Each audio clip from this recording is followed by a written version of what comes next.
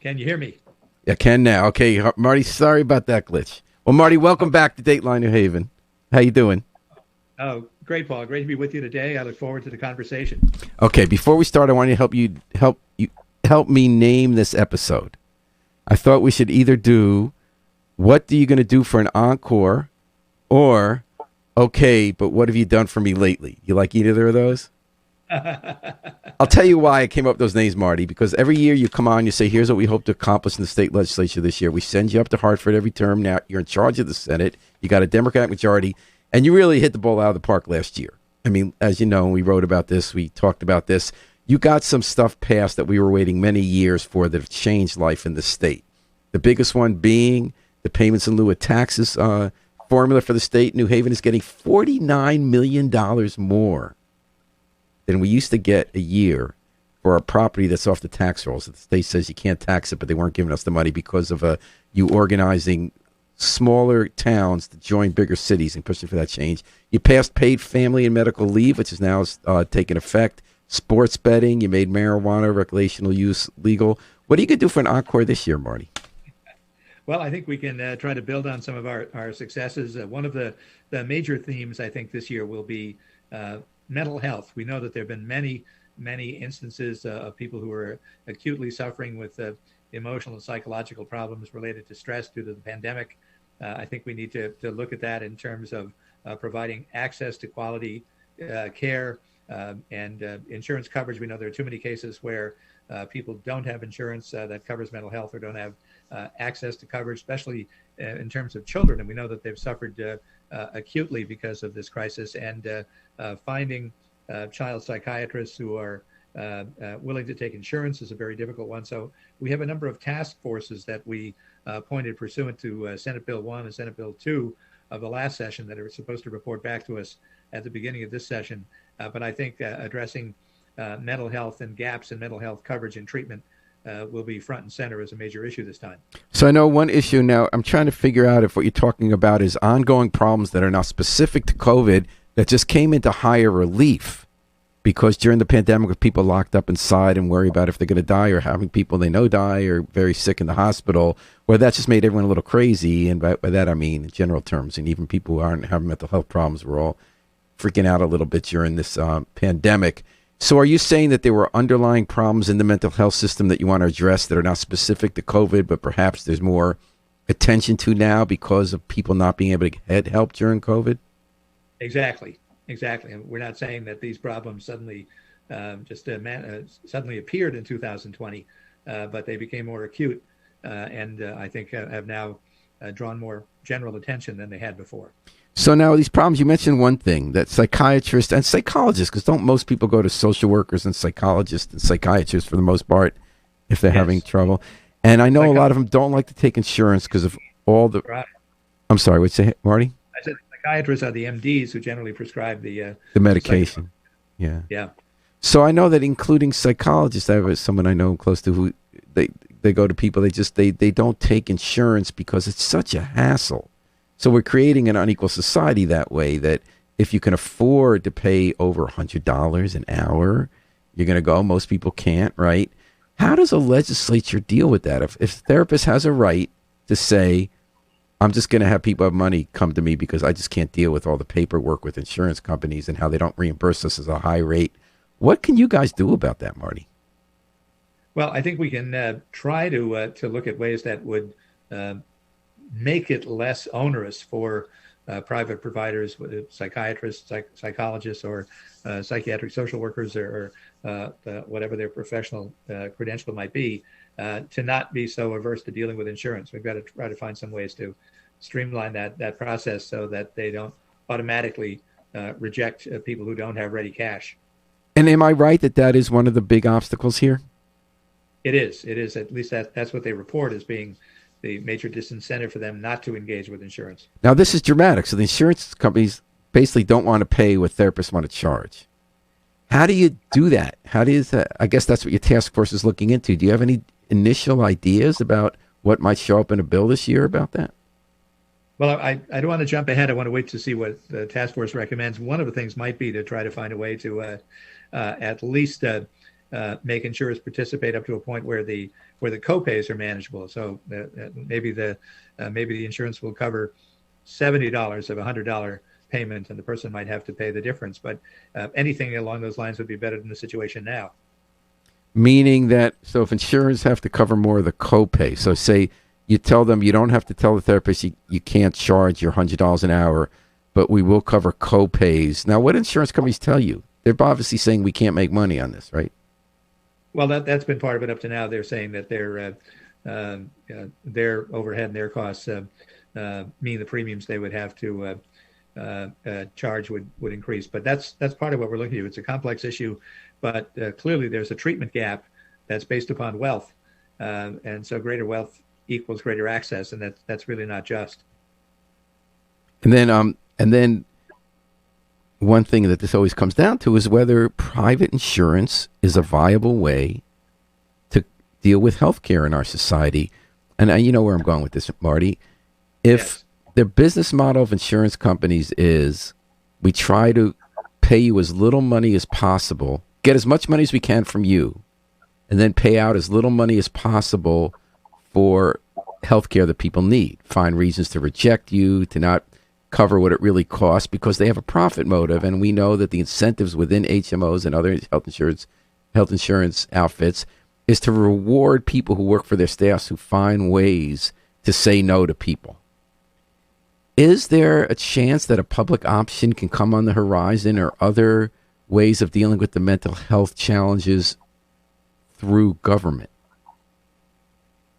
Well, I would certainly hope so. I think the opportunity for doing it this particular session is probably not realistic, and this is going to be our shortest of short sessions because we start later than usual because of the configuration of this being February 9th, the latest possible starting date, and May 4th, the end date, which is one of the earliest. So we have exactly 12 weeks. But the issue has been on the table, will continue to be. I know the governor has had problems with the issue, but there'll be ongoing discussion on it because I think the only way to expand coverage and to reduce cost overall would be to have some form of public option out there as an alternative way to get insurance. So again, we've talked about this other years, Marty. When you decide to do something big, you can't just say we're going to do it this year. It doesn't matter how much kind of supermajority you have. You often have to bring up an idea like getting rid of the death penalty or police accountability. Year after year, you propose it, you study it, you have hearings, you vote maybe, gets out of committee, and you build support over time. Would it be fair to say, listening to you talk about the mental health issue, is that you want to get started this year on addressing long-term challenges with mental health? There's a good guess, without getting in front of what your task force says, is that you might be able to deal this year with some kind of proposal dealing with co-pays to help more people afford private insurance for mental health coverage, but that long term it might involve some kind of government help that might not be realistic, not just because it's a short session, but because it's an election year. Is that a fair way to put it, Marty?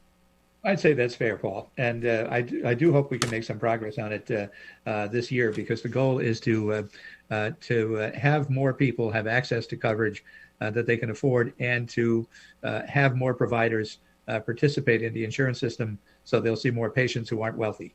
All right. Martin Looney, State Senate President and the New Haven State Senator here on Dateline New Haven. Before we go on with your other top priorities, Marty, I wonder if we could briefly go back to the stuff that got passed in the last session and how it's working out. So your big one, as I said, was pilot, payments in lieu of taxes. You came up with a novel organizing strategy that shifted the reality of voting at the Capitol, where it used to be bigger cities against everybody else when it came to reimbursing for tax-exempt property. You got the middle-level towns, smaller towns that have some tax-exempt property to participate in a 3-tier system for reimbursement so that they would vote in favor of it.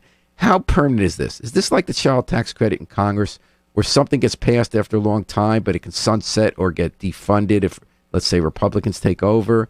Or is there a permanent mechanism in place so that we won't see our new level of reimbursement drop? I don't think we'll see our level of reimbursement drop because, as you pointed out, we built a significant coalition of interest on this, of communities, large, small, wealthy, and poor. Because, as you said, it used to be under pilot that whatever pilot eligible property a town had was all reimbursed at the same level, whether it was Greenwich or Hartford or New Haven.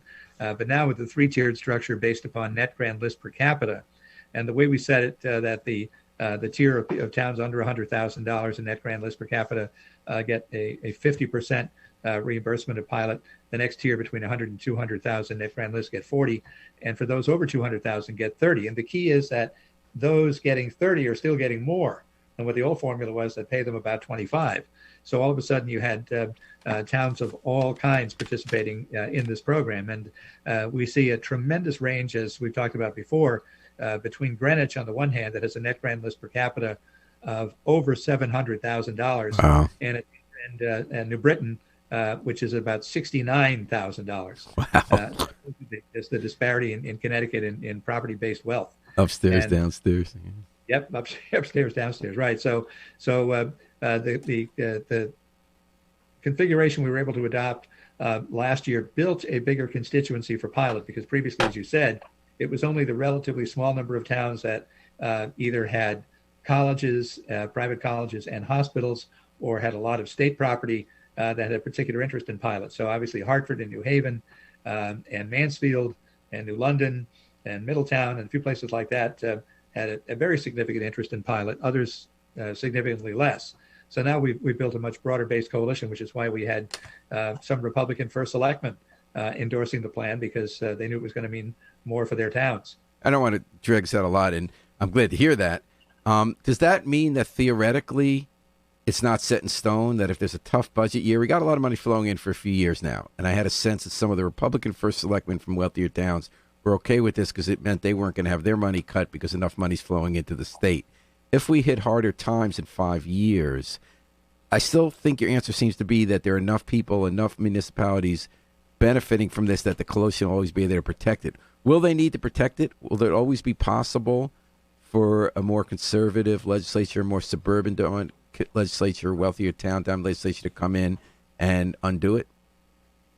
Well, one of the most difficult things, I think, for legislators to defend, and one of the things they're most sensitive to, is grants to their town. So since this is a grant to municipalities, legislators who wanted to cut it would have to go back to their mayors and first selectmen and try to say, we didn't protect you on this and we're cutting you. So I think this is such a popular program that it's likely to withstand that pressure. And Marty Looney, also marijuana legalization, recreational use is now legal in Connecticut. I guess each town gets to set up where you can smoke it and how you can sell it, correct? That's right. There are local options allowed. Some towns may decide through their zoning power not to allow it. Others will be in the process of adopting rules, and we probably won't see it operational until somewhat later this year, until the rulemaking process and the zoning process is complete. But after years and years of battling on this, we did get that across the finish line this year. And the key piece, I think, was that looking at the experience of other states that saw that local entrepreneurs and people in low-income communities were largely frozen out of the business because out-of-state companies came in and bought up all the franchises and licenses. We believe we have enough protections in the law to prevent that from happening. Because the problem, of course, that while marijuana continues to be illegal at the federal level, which means that the conventional banking system is not available to give loans for businesses looking to start up in this area, alternative kinds of financing have to be found, and that always creates a challenge for new businesses that are not heavily capitalized when they start. How about a community bank like New Haven Bank? I guess they're federally chartered, but they every bank is covered in some way, I think, by even if they're state chartered, they'd still be under FDIC regulation. Federal Deposit Insurance Corporation. Does that mean it's illegal for them because they're federally regulated to give loans to a marijuana dispensary? I believe it is currently. I think that's been one of the problems. Oh, that's messed up. So, Marty, my favorite way marijuana. Now, so you no longer get one immediate change already this year, Marty. So if you're smoking a joint on the green, you don't get arrested. Or if you're in a car and you're smoking a joint, you don't get arrested, right? Right, because it is legal now. Yes. So my favorite part is what they do in Hamden. All these cannabis. You know about this? They have a market on the weekends, and on Treadwell Street, and they you go there and you can buy a gift. You can buy like a bracelet or buy a booklet, and then as a present gift, quote unquote, the purveyor then gives you a bag of marijuana edibles. I love the creativity of the entrepreneurial mind. Yeah. How about sports betting? How's that working out?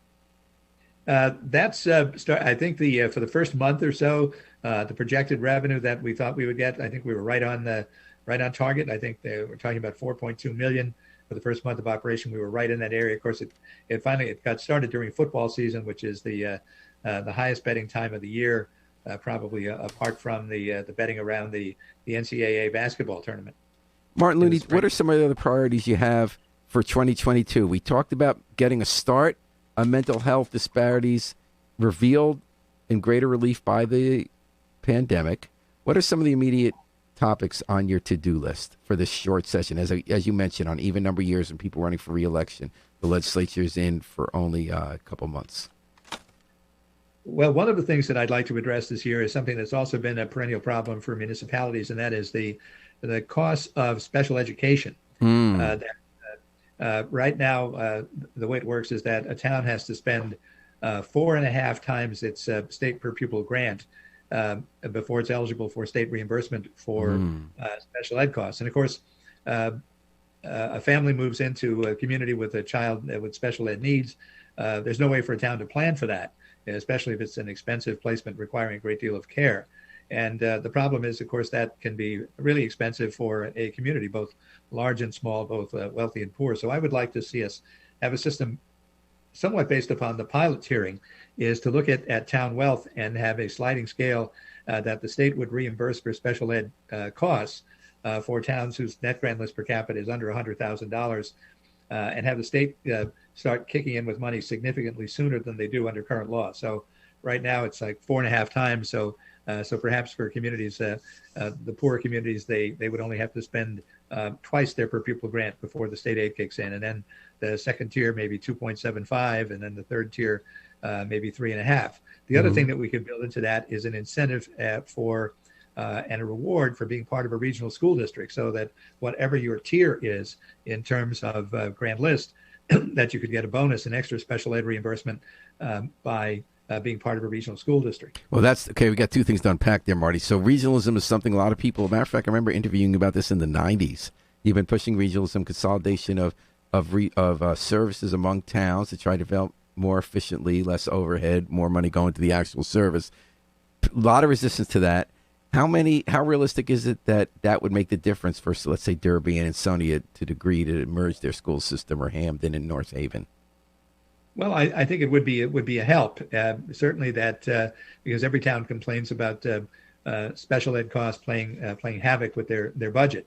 And I keep hoping on this because we have one highly successful example of a regional change that we made against significant odds, and that was the regionalization of the probate court system that took 2010. We consolidated 117 probate districts down to 54.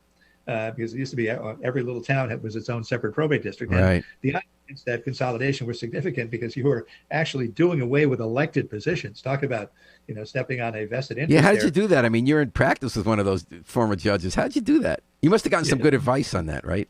Luckily, he wasn't affected by it because larger cities were able to maintain their status as single town districts. But the operating principle that we used was that any town with a population under 40,000 should assume that it would become part of a regional district, and only those over 40,000 would continue as single town districts. But that has really worked very well.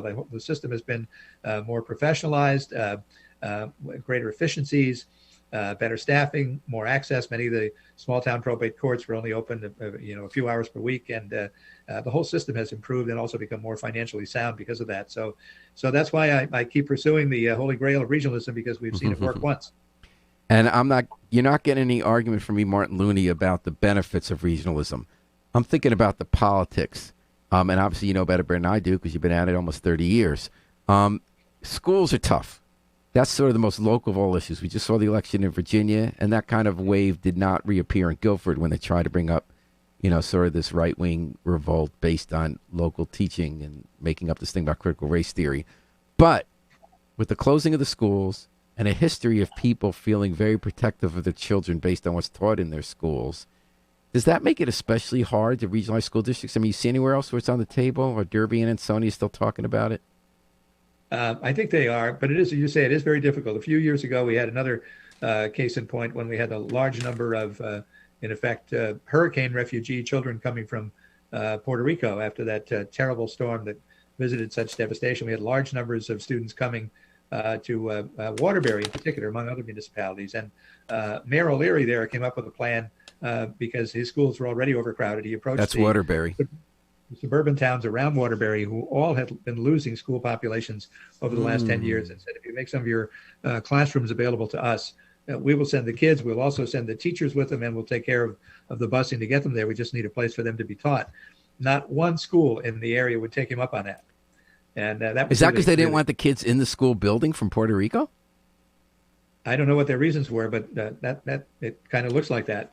Free money, no thanks. Wow. Free money, no thanks, no cost to us. Just open up the schools, to or open up these classrooms in certain schools, and so that was really disheartening. But I think we need to keep pushing in that direction because there are so many small town school districts that are losing school population, and it really is redundant for them to have significant education bureaucracies on top of their in-school administrators, and it just makes no sense to continue to have so many single town school districts with so few schools to administer.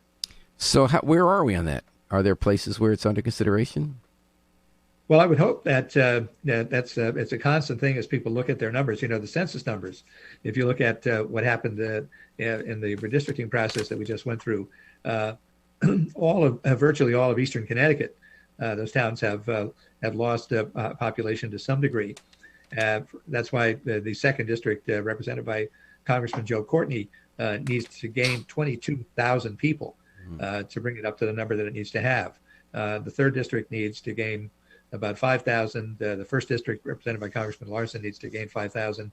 Fifth district needed to lose 5,000 people, and the fourth district, represented by Congressman Himes, needed to lose 25,000 people. That's so interesting. So maybe give us Bridgeport and give the rest of Middletown to Courtney?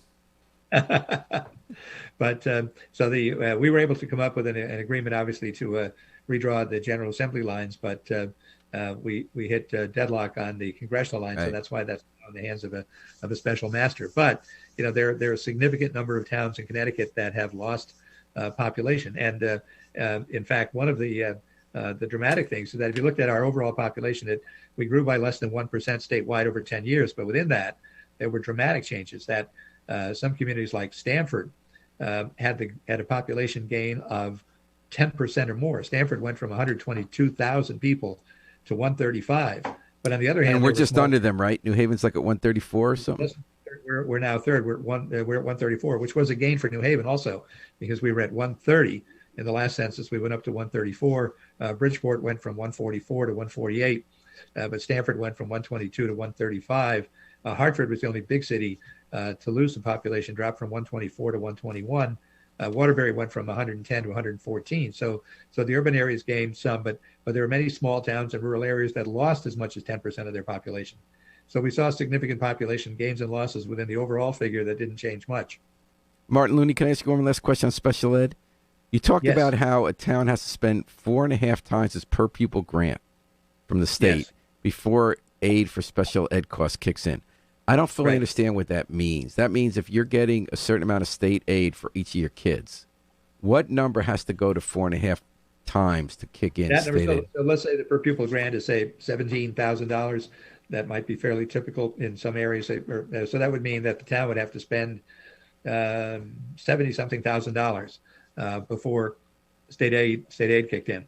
And obviously more and more people have what are they called, IEPs or something, individual education programs. My daughter teaches special ed, and she says there's just more and more kids needing that kind of help, being identified as needing that kind of help. It's become a big part of schools.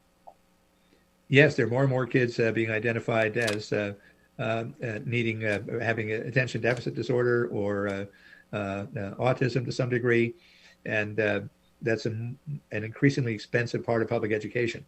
And we're talking to State Senator Martin Looney, the president pro tem of the State Senate, basically the most important person to talk about what's going to happen in Hartford this special session. We're talking to him on WNHH's Dateline New Haven about what do you do for an encore, or, okay, what have you done for me lately? What's he going to do in 2022 after quite a productive 2021 session? Martin Looney, we talked about mental health care. We talked about special ed reimbursement and school regionalization. Are there other top priorities? I know you can't accomplish as much in a few months on an election year as you can in a full session in an odd number year. Is there anything on your agenda beyond that? Oh yes, yeah. We're hoping to make some tax adjustments. I know the governor yesterday in the press conference that we had, where he was talking about what I think was a wonderful choice to use some federal funds that had been unexpended to go back to 2020, which was of course, the initial year of impact for COVID, and to raise the earned income tax credit for the working poor, so that people will get a supplementary benefit of those who were eligible in 2020. So that'd be one time, right? That's a one-time thing, but we've already raised the general level above what it was, because in the bipartisan budget of 2017, when we were in a crisis and had to deal with the Republicans that year, the EITC reimbursement was reduced to 23% of what the federal EITC is. We raised it to 30.5% for 2021. So the people filing their returns in 2022 for 2021 will get a 30.5% EITC. But with the governor's action, on top of that, those who were eligible in 20 will get a very significant increase, because they'll get a supplementary check that will raise their EITC payment for that year. So that's a one-time. Does that need to be legislatively approved, or is that something that he can just do?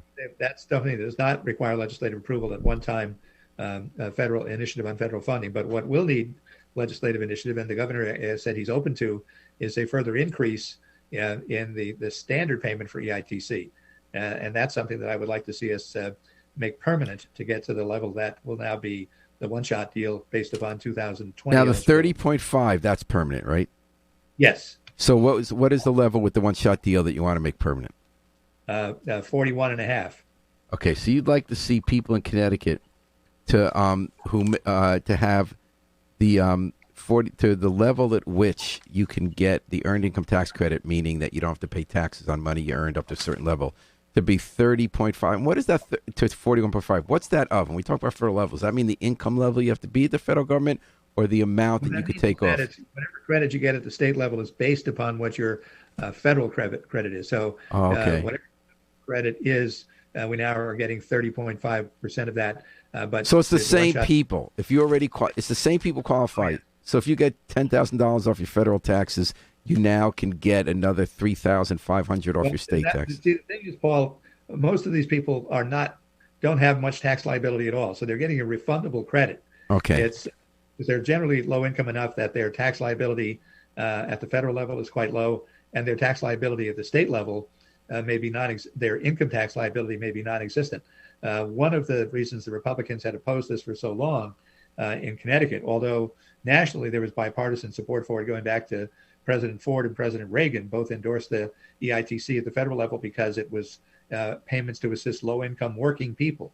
So the emphasis on working people gained their support. But in Connecticut, Governor Rell and Governor Rowland constantly opposed it and said it was a windfall for people who didn't pay income tax, completely ignoring the fact that those low-income folks are paying all kinds of other taxes. They're paying sales taxes, they're paying property taxes, they're paying car taxes, they're paying occupational taxes, everything else, but their income was low enough that they didn't have income tax liability. But what it means, there are over 186,000 Connecticut residents who qualify for the loan. There are 12,000 in New Haven who receive the EITC. And they receive or qualify? Because I know we always have to get them to sign up.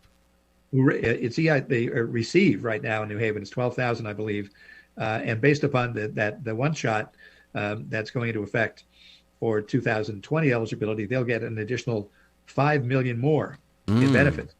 So I want to ask you something about the EITC. So the Earned Income Tax Credit is a way to get more aid to working poor people without raising taxes and having it just be welfare or a benefit, right? So tell me if you agree with this analysis. In 1990s, Bill Clinton was the Democratic president. Democratic constituency was asking for more help for people struggling to get by, working hard, playing by the rules, that kind of thing, while all the federal tax policy was benefiting the very wealthy. Clinton was kind of a master at how to achieve goals within the constraints of a political environment. He said, I'm not going to be able to get through Congress ways to just give direct aid to people. Instead, I have to call it a tax break because that sells among the people who are really trying to help the rich, but saying they're trying to help the average taxpayer. So the EITC has really become a way for Democrats to help people in a way that can succeed more easily in political discourse. So before I get to my main question, do you agree with that analysis? I do to some extent, but what it does, it's an economic development engine because the recipients of the EITC are generally, certainly are low-income working people, and they are people who are living on a very tight financial margin. So virtually every dollar that comes into that household gets spent again on clothing, food, car repairs, whatever. So it really is a shot in the arm for the local economy. So these people are not wealthy enough that they're squirreling money away. Every dollar that comes in goes out again. So it really is a stimulus to the economy. It's really calling the other side on the rhetoric of, do you want to cut taxes to help people who are working hard and playing by the rules, or are you just using that as a cover to reward people who have a lot of under income that they want to shelter from taxes?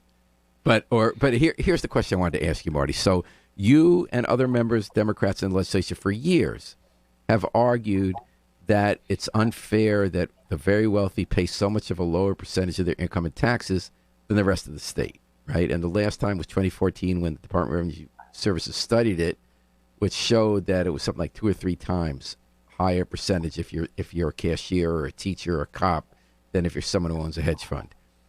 So last year you had a study created so that we can get a new number, so that we can make policy based on knowing what the difference is.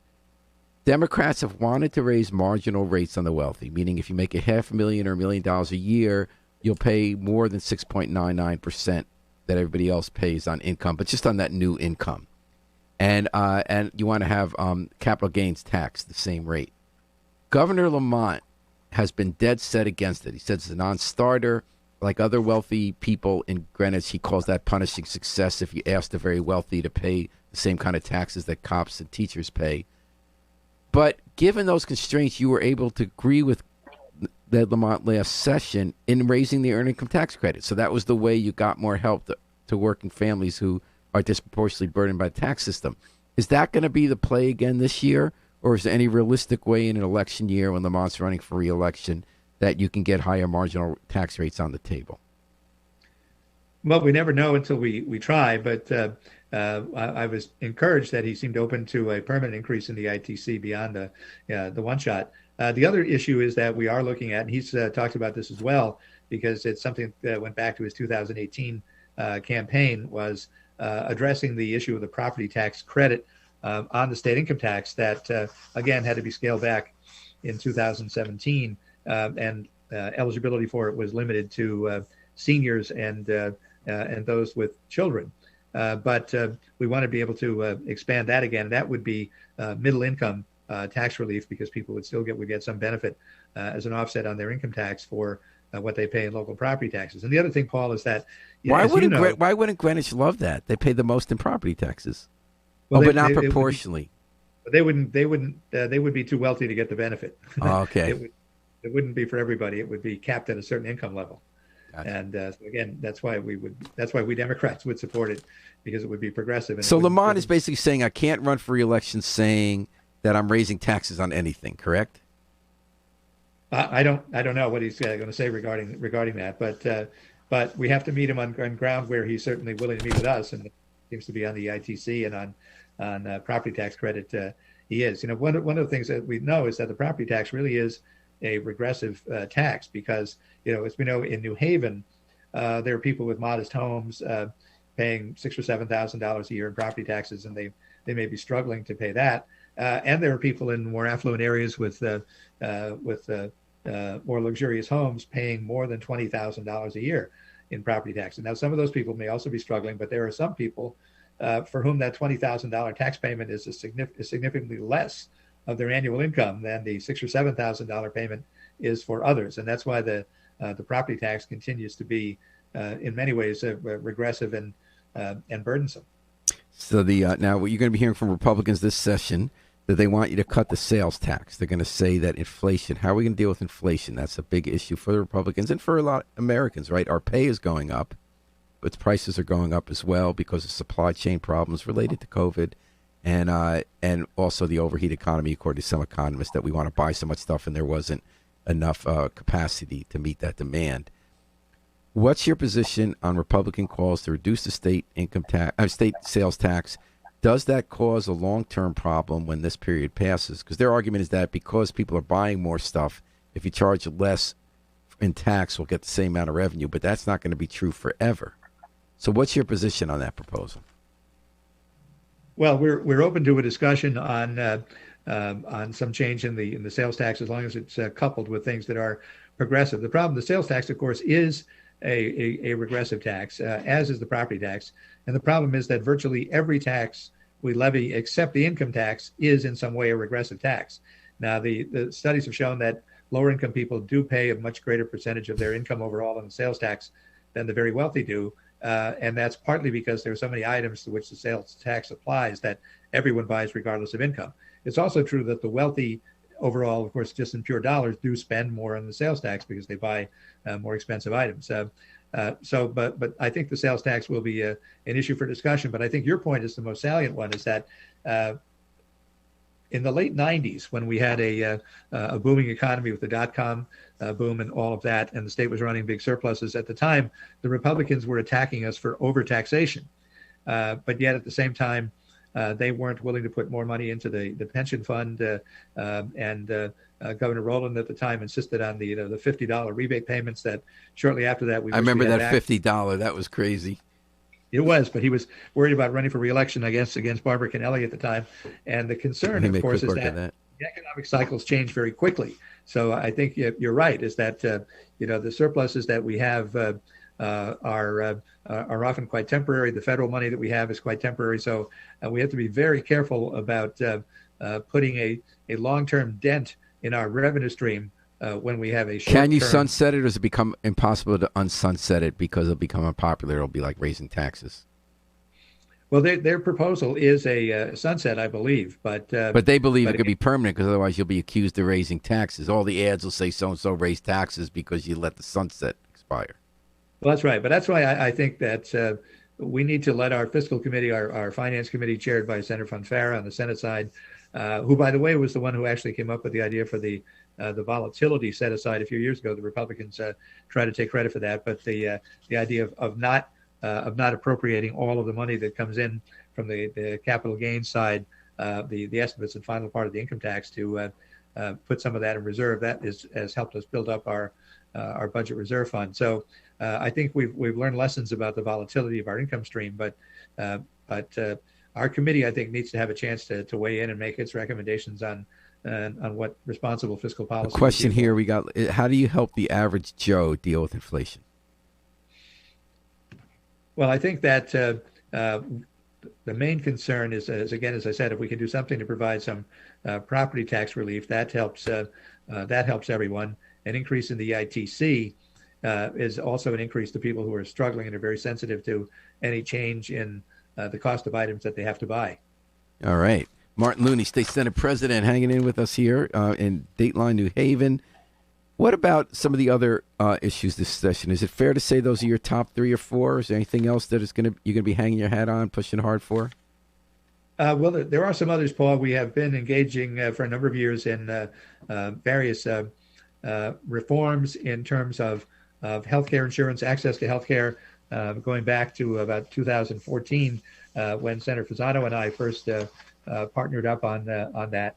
And there'll be some things that we've achieved and that we want to expand upon.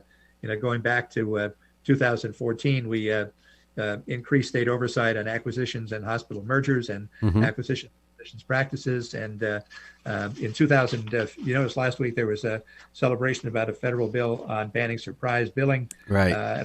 We did that in 2015. I remember that. Yeah, you and Fasano. Quite a bit ahead of the curve on a lot of these things. And also, we were one of the first states to deal with the issue of charging facility fees to jack up the bill on a service that's provided at a location that used to be, say, a freestanding clinic, and is now being provided under a hospital's umbrella. And even though it's provided by the same provider at the same location using the same equipment, hospitals try to add a hospital facility fee to it. And we oppose that by saying that if the service is normally one provided as an outpatient, it shouldn't have a facility fee attached to it, even if the ownership of the facility has changed. So Then in 2017, we were one of the first states to deal with the price gouging by pharmacy benefit managers who had put a gag clause on pharmacists that they couldn't tell their customers that in some cases it was cheaper to pay cash for a generic product than it was to put it through your insurance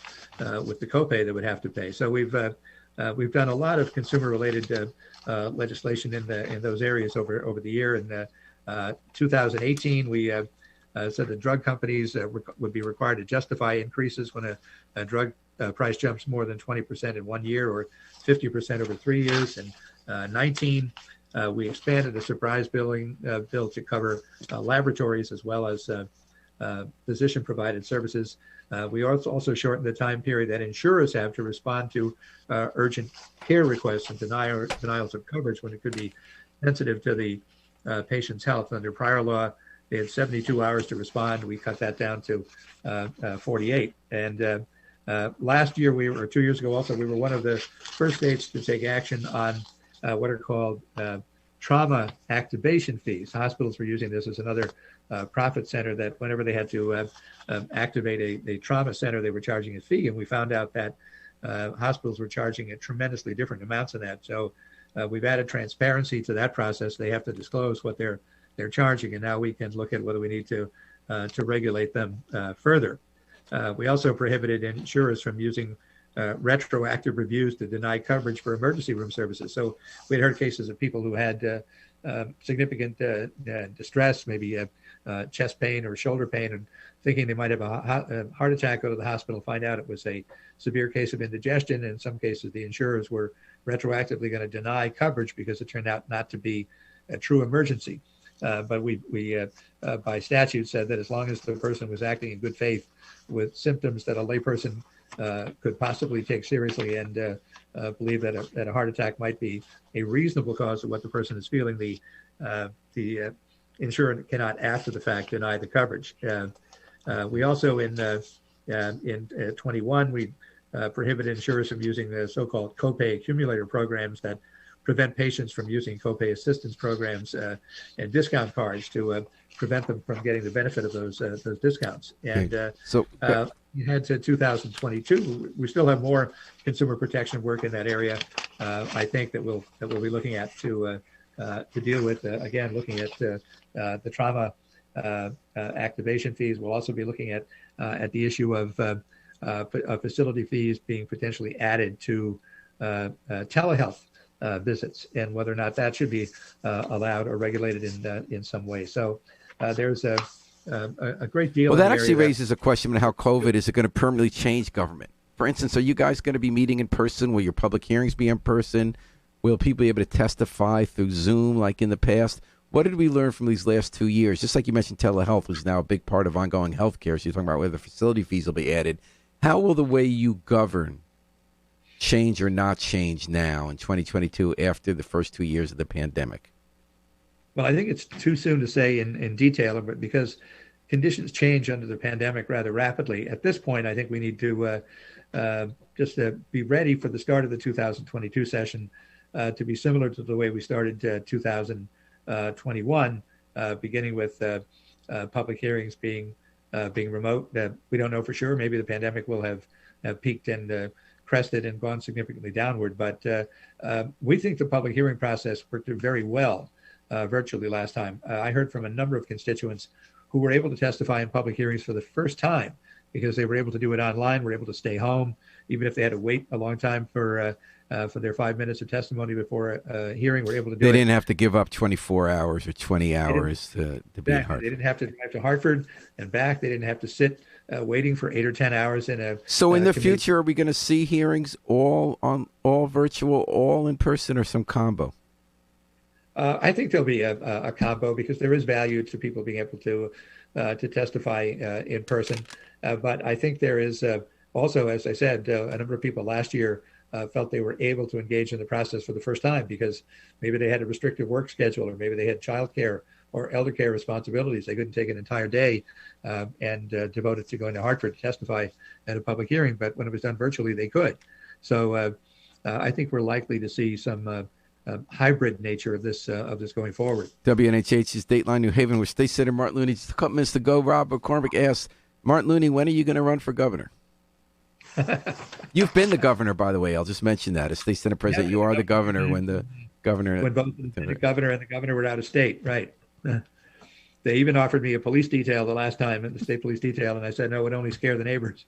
So I declined. Did you pardon anyone or decide that people had to wear their coats backwards or anything? No. Although there have been cases when I think there were cases where lieutenant governors issued some executive orders that were then contraindicated and repealed by the governors. States when they're on the same. Yeah. So running for governor this year, you got a Bob Stefanowski, Themis Clarity's on the Republican side. It looks like Lamont is definitely going to be the Democratic candidate. How do you see that shaking out? Whom do you expect the Democrats to be running against in the end? And how do you see the issue landscape in that campaign? Well, I think that at this point, Stefanowski has an edge to the extent that he ran before, but I think his weaknesses as a candidate also were visible last time. Themis Claridis has experience in state government, so I see both of them as strong competitors for the Republican nomination. But I think that Governor Lamont has a strong record to run for re-election on. I think he has done well in managing the state during the COVID period. He has not, I think, overreached with the use of his executive powers, and I think he'll be a strong candidate for re-election. Nationally, are we headed for civil war? Are we headed to having elections not be free anymore? How serious are the stakes? Are people being alarmist, or are we at a critical moment for our democracy, and how should we deal with it? I believe we are at a critical moment for our democracy, and I'm terrified by the kind of casual way that people who are denying the results of the last election without any evidence are seemingly ready to throw away the principle of democratic elections, and based upon the fiction of President Trump that somehow the election was stolen or skewered. And it is just disheartening how little commitment to our democratic fundamentals some people seem to have, including members of Congress. How widespread enough is it? Are things going to change? How do you see it playing out in the next year and the next 3 years? Well, I'm just very worried about what it might be. I know that some states are trying to build a case for not accepting the popular result in the state and to apportion electors based upon the view of the state legislature, even if that's not in accordance with how the vote in that state went. There's a group. There's a Republican think tank. That submits proposed legislation to Republican legislators in many states. And ALEC, right, American Legislative Exchange Council. And what they want to do, one of the things they were thinking about is repealing the 17th Amendment that provides for direct election of United States senators. Wow. Because you can gerrymander a whole state. They've succeeded in gerrymandering legislative districts, and maybe they can gerrymander congressional districts, but they can't control an election for governor or U.S. senator through a gerrymandered process because people have to run in a whole state. So their argument is, well, we should give it back to the control of the state legislatures to pick U.S. senators rather than having them popularly elected. Their fig leaf argument that they use is that would generate closer cooperation and relationships between the federal legislators and state legislatures. That's not always the case now, but their real reason is to say, we can't win sometimes in districts that we can't gerrymander. Martin Looney, how long do you see yourself continue to do this? You've been 1980s. You've been in the legislature since, right? 81. I came in was elected in 80. Came in 81. So you've been there. How much longer do you think you got in you? Well, I plan to run for re-election this year. All right. Well, I'm so honored that every year you also come to Dateline New Haven and tell us what you plan to do in the legislature, and then no matter what happens, you come back to report on how it went. We appreciate that very much, Martin Looney, and wish you success in the next legislative session and good health as well. Thank you, Paul, and the same to you. Everybody, be careful. Wear a mask. And thank you. Wear the N95s. And just so you know, Marty and I are alone in our own rooms. That's why I'm not wearing a mask. I know some people get upset about that. And we're going to also, thanks to Harry Droz, the best station manager in the business, and even showed me how to work some of the controls here that I was messing up. I apologize for that technical glitch at the beginning of the program. We're going to take it out with the Afro-Semitic Experience, performing I Wish I Knew How It Would Feel to Be Free from the group CD, A Plea for Peace. This is Paul Bass inviting you to fly free with us all day, all night, and all weekend long at WNHH, New Haven's home for community radio.